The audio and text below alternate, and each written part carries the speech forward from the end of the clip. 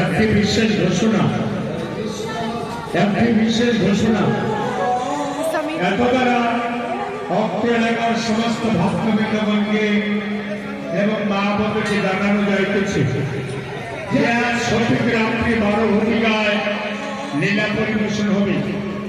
রাত্রের লীলা আপনারাও দেখুন এবং আপনাদের সপরিবারে আপনাদের বন্ধুবান্ধবদের রাত্রে লীলা দেখানোর সহযোগিতা করুন।